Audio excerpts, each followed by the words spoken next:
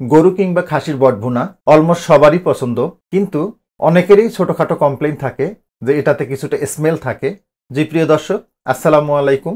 দি রশি রেসিপিতে আরেকবার স্বাগতম আপনাদের। আজকে রশির রেসিপিতে সেই রকমই বট ভুনা থাকছে, যেটাতে বটের যে একটা স্মেল থাকে সেই স্মেলটা থাকবে না। ছোট্ট একটা রেসিপি, আশা করব রেসিপিটা শুরু থেকে শেষ পর্যন্ত দেখবেন।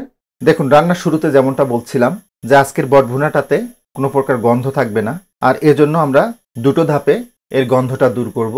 চুলায় একটা কড়াই গরম করে নিয়েছি, হাফ কাপ মতো রান্নার তেল দিয়ে দিচ্ছি।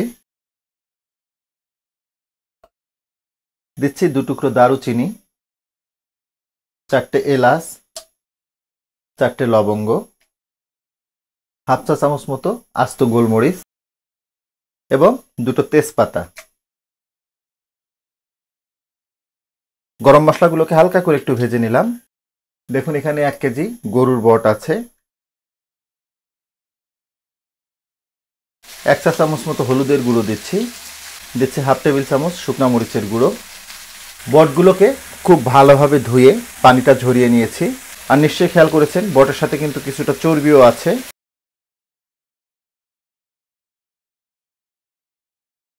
আমরা এখানে লবণ ব্যবহার করব না, শুধুমাত্র হলুদ এবং মরিচের গুঁড়ো দিয়েছি। এর বাইরে একটু গরম মশলা দিয়েছি। আর বট কিভাবে পরিষ্কার করতে হয় এর একটা ভিডিও আছে, আমি লিঙ্কটা দিব আপনাদের। হাই হিটে বটগুলোকে ফ্রাই করে নিব। হাই হিটে বটগুলোকে প্রায় 15 মিনিট মতো আমি একটু ফ্রাই করে নিলাম। এর কালারটা দেখে বুঝতেছেন এটা কতটুকু ফ্রাই হয়েছে। তো চুলার জালটাকে বন্ধ করে দিচ্ছি। এই যে রান্নার শুরুতেই বটটাকে একটু ফ্রাই করে নিলাম, এতে করে এর গন্ধ কিন্তু অলমোস্ট 80% চলে যাবে। আর বাকিটা দূর করার জন্য আমরা একটা স্পেশাল মশলা ব্যবহার করব। তেল থেকে বটগুলোকে উঠিয়ে নিব।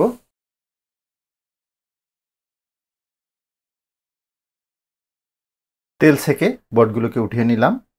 ওই একই তেলে আরো 2 টুকরো দারুচিনি দিচ্ছি।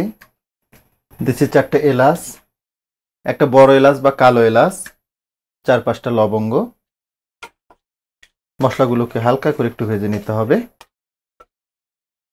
দিচ্ছি 1 কাপ পেঁয়াজ কুচানো। পেঁয়াজগুলোর কালারটা পরিবর্তন হওয়া পর্যন্ত এগুলোকে একটু ভেজে নিতে হবে। মিডিয়াম হিটে পেঁয়াজগুলোকে প্রায় 4-5 মিনিট মতো আমি ভেজে নিলাম। দেখুন, এটা অনেকটাই সফট হয়ে আসছে, পাশাপাশি এর কালারটাও পরিবর্তন হয়ে গেছে।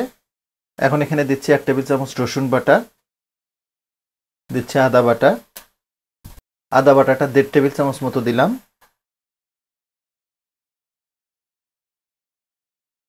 আদা রসুনের কাঁচা গন্ধটা চলে যাওয়া পর্যন্ত এগুলোকে একটু ভেজে নিলাম।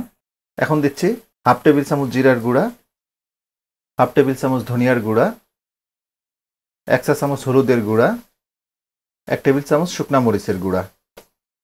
বট রান্নায় ঝালটা একটু বেশি লাগে, তারপরেও আপনারা আপনাদের রুচি মতো এটা কমিয়ে বাড়িয়ে নিতে পারবেন।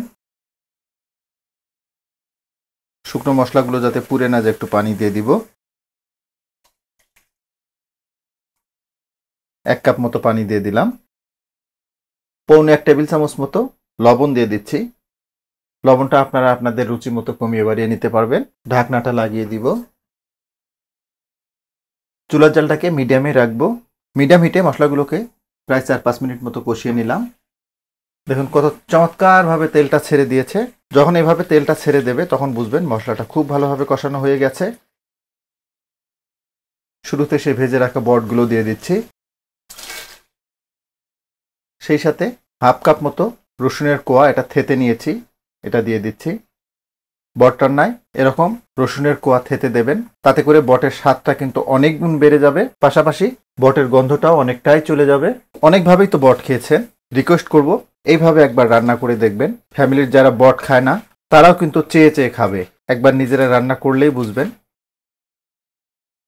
ঢাকনাটা লাগিয়ে দিব। চুলার জালটাকে মিডিয়াম এবং লোয়ের মাঝামাঝি নিয়ে আসবো। এই পর্যায়ে মিডিয়াম হিটে বটটাকে প্রায় 8-10 মিনিট মতো আমি কষিয়ে নিলাম। সুন্দরভাবে তেলটা ছেড়ে দিয়েছে। বটটাকে ভালোভাবে সিদ্ধ করে নিতে হবে, আর এর জন্য আমরা পানি দিয়ে দিব। গরম পানি দিতে হবে। আমি 2 কাপ মতো পানি দিলাম। তবে পানিটার ব্যাপারে একটু বলি, পানিটা নির্ভর করবে আপনি বটটা পরিষ্কার করার পরে গরম পানিতে কতটা সময় সিদ্ধ করে নিয়েছেন তার উপরে, আর সেই ধরন অনুযায়ী পানিটাকে অ্যাড করতে হবে। আর যেহেতু আমরা শুরুতে এটাকে ফ্রাই করে নিয়েছি। এটা কিন্তু অলমোস্ট সিদ্ধ হয়ে গেছে। এই পর্যায়ে ফ্লেভারের জন্য 5-6টা কাঁচামরিচ দিয়ে দিচ্ছি। ঢাকনাটা লাগিয়ে দিব। চুলার জালটাকে মিডিয়ামে রাখবো। এই পর্যায়ে মিডিয়াম হিটে বটটাকে প্রায় 20 মিনিট আমি রান্না করে নিলাম। দেখুন চমৎকারভাবে তেলটা ছেড়ে দিয়েছে। রান্নার আমরা অলমোস্ট শেষ পর্যায়ে।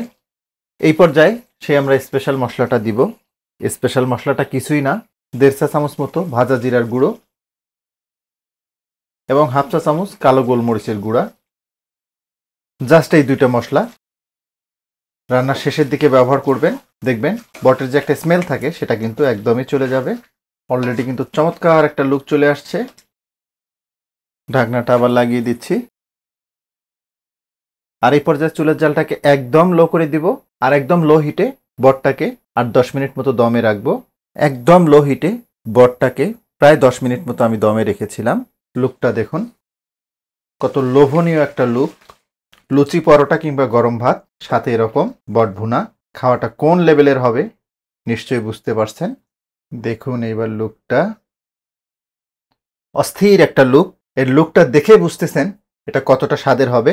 কোরবানি ঈদে মাংস খাওয়া শেষ, এখন বট খাওয়ার পালা। স্বাভাবিক নিয়মে আমরা বট রান্না করেই থাকি, বাট আমার দেখানো নিয়মে একবার রান্না করে দেখবেন এটা কতটা স্বাদের হয়। যাই হোক, আশা করব রেসিপিটা আপনাদের অনেক ভালো লাগবে। আর ভালো লাগলেই কিন্তু আমার সার্থকতা। তো আজকে এ পর্যন্তই।